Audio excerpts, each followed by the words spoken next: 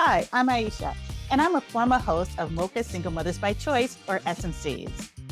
Like you, as an SMC, I decided to become a mother knowing I'd be the sole care provider and parent of my children, at least at the outset. The Mocha stood for Black, so I'm using the word Black, and I'll be discussing being a single mother by choice from a Black woman's lens. You'll connect with all the interesting and fun things about this non-traditional path, like discussing which sperm to use and some hard truths about fertility and the realities of dating as a single mother who doesn't have a co-parent to rely on occasionally, and what it's actually like to parent as an SMC. This is the Black Single Mothers by Choice podcast. Welcome to our Ask Me Anything episode.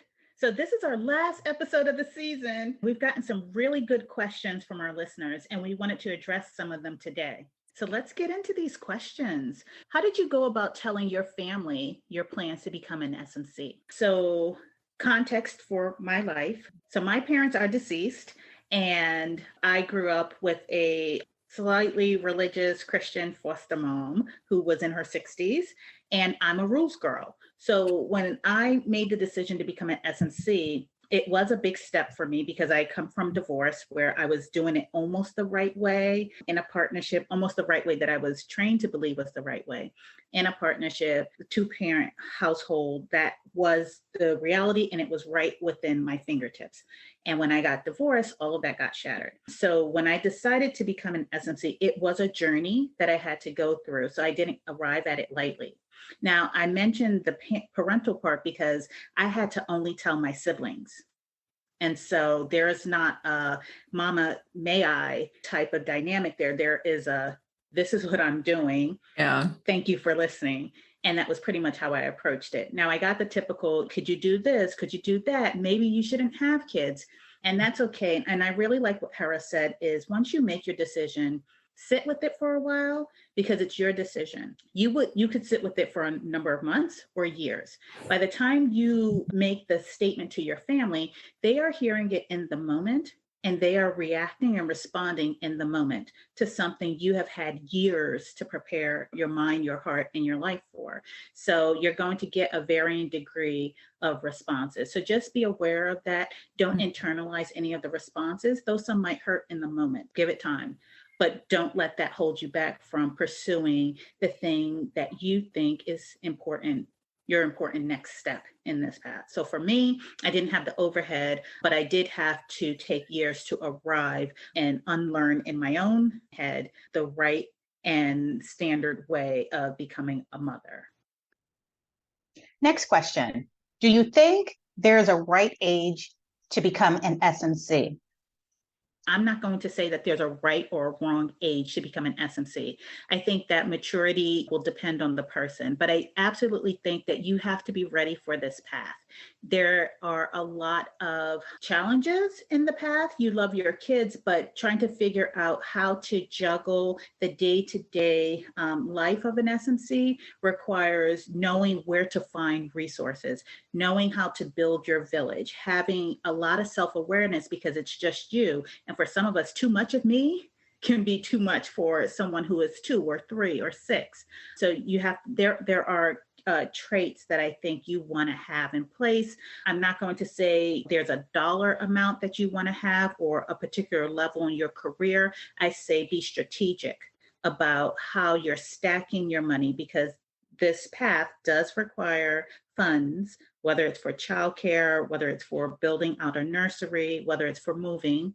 And I would say, take a look at your career. If you have time, I would actually map out different pathways in my career, times when you can move, times when you need to sit still, maybe during pregnancy and post-pregnancy. I would be intentional about the steps. You can absolutely be in your mid-20s and finishing up school and deciding SMC is the path for me. And I say, give yourself the couple of years to situate your life for that because you do have time. I personally became an SMC. I started thinking when I was in my early 30s, and then I did not start trying until I was about 37. So between, I'd say probably 32 and 37, I did a lot of thinking, a lot of maneuvering, a lot of saving. I think at one point I was working 3 jobs.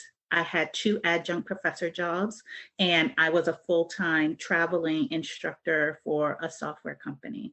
But I just kept stacking that money for a rainy day. So not only was I a rules girl, I was also a rainy day fun girl. So that's my response. I don't think that there's a right age. I think that there is a right mindset and a right framing for becoming an S&C. The moment you get your fertility testing results back, that's pretty much when I'd say probably 65% of the women will come back and say, okay, I'm doing this now, because now they have information and they're informed. Do you think the fertility industry, like insurance clinics, physicians, are discriminatory towards single moms by choice? Yes. I definitely think so. Because I think if you look at your policies, the policies are geared toward if you as a couple, so this is specific to the insurance, if you as a couple have been trying for 6 months after a certain age and you're not getting pregnant, then you are now bequeathed this bucket of benefits, right? Mm-hmm. And then as an SMC, you could have been trying with a romantic partner and it didn't work out, but that doesn't count. And so then what are you doing? You're sitting there looking at this bucket of funds that you can't touch. And in particular, as a woman, you could have legitimate internal issues with regards to conceiving. And so I do believe that it should not be like if you as a couple, right? And you'll find that language actually in some of the insurance policies and employee manuals. So that's a bit frustrating. I will say with regards to clinics and physicians, I think they're trained and their bedside manner is what it is, and it should be like an equal level of treatment. But I could tell you that in this day and age, they have to broaden what that bedside manner should entail and should be conducive to different family structures, right? So if I come in as an SMC and I do know that and I don't have a partner and I have to attend each of my doctor's visits in a good situation where you're getting good, happy news, that's great. But I think that you should make sure that you're covering the whole patient if they come in and prepare them for bad news, and not just prepare them for bad news, but prepare them to sit with an advocate with that news as well, and make sure that you follow up. Because I did have a really devastating miscarriage where my fertility clinic really dropped the ball on following up and following through, and they knew I was an SMC. And so I left that appointment at that time and I followed up with the different things that I had to do physically for myself. But at some point, the nursing staff, the doctors stopped following up with me. So there was a lull where I had retained placenta and did not know that this was happening. And at some point, they stopped contacting me. And so that was a problem. It could have been a catastrophic problem, but I do think that in this age of different family structures, different ways that people are coming to conception, and the amount of money that we're spending, I believe SMCs do require the best and the same. And so they have to be prepared to fill in some of that gap that you might be without a partner. So you might need a bit of extra hand holding. I think that's fair and equitable. The person who helped me the most navigate the system through that devastating miscarriage was another reproductive endocrinologist that I turned to get help because I needed a doctor with a different bedside manner. So I took all of my toys and I took my money and I took my finances and I went to another clinic who then did advocacy on my part to the other clinic. And so I say also, it is okay to share with other physicians the types of experiences that you're having, because they may be able to provide some additional insight and resources that you had not thought of before. Next question. How do you talk to your kids about being donor conceived? I got started in the national S&C space. And in that space, it is the norm to say, tell them early, tell them often about their conception story. And I go a step further in that I look for intentional ways to introduce different family structures, to introduce our conception stories for my girls, because they do have two slightly different conception stories.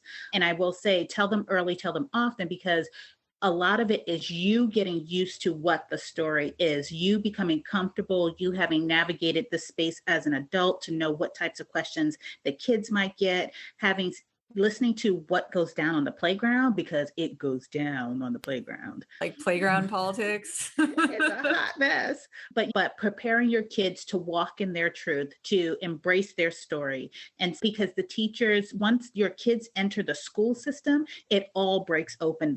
It will come at them from different directions. Teachers will ask them and challenge them about their family structure, and then they will have to go into their conception story. Other children will challenge them. They themselves will see other parents and family structures at pickup and drop off. So your kids are going to have these questions.